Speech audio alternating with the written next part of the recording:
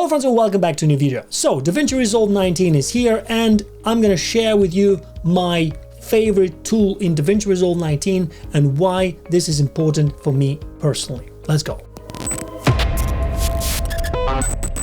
Alright, so I am in DaVinci Resolve 19 and here I am in the color page because this is where the magic happens. Now, I know I have a few nodes over here, it depending how you color grade. You know, I like this tree node, is pretty good.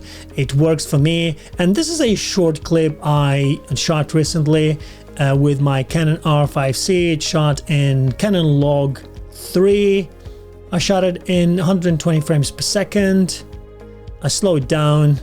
This is for my wedding photography business. Okay, so let's talk about my favorite feature in DaVinci Resolve 19. So first of all, I'm gonna go here under my balance and exposure node, or I can go to my saturation node. Let me go to my saturation node over here and just work on my skin tones, because in DaVinci Resolve there is a new feature called color slice, and you're gonna find it here.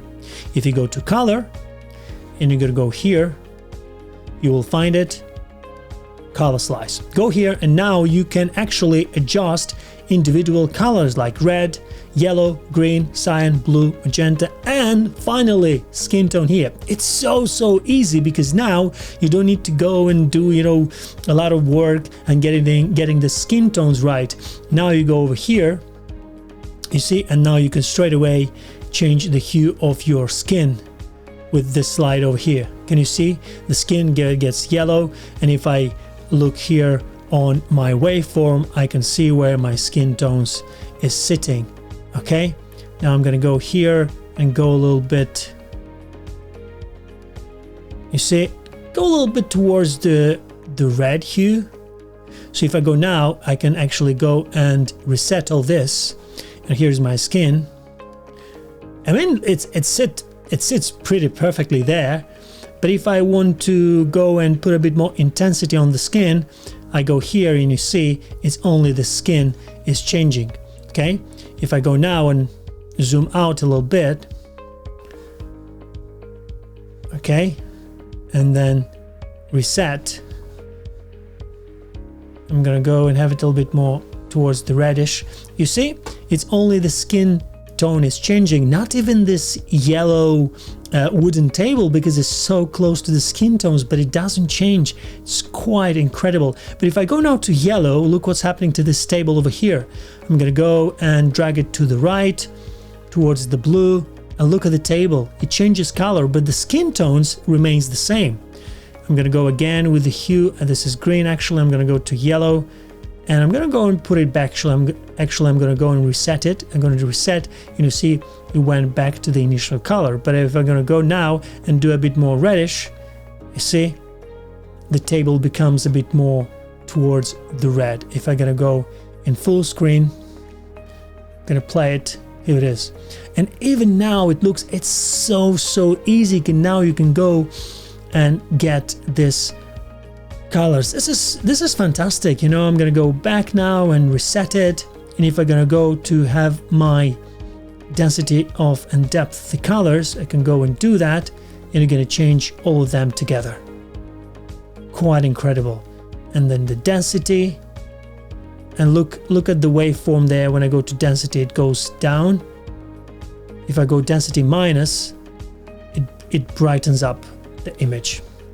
Saturation balance, I can go and have my saturations lower or higher, and then the hue, overall hue, and even this, if you want to have a crazy effect with one touch, and here it is, it's there.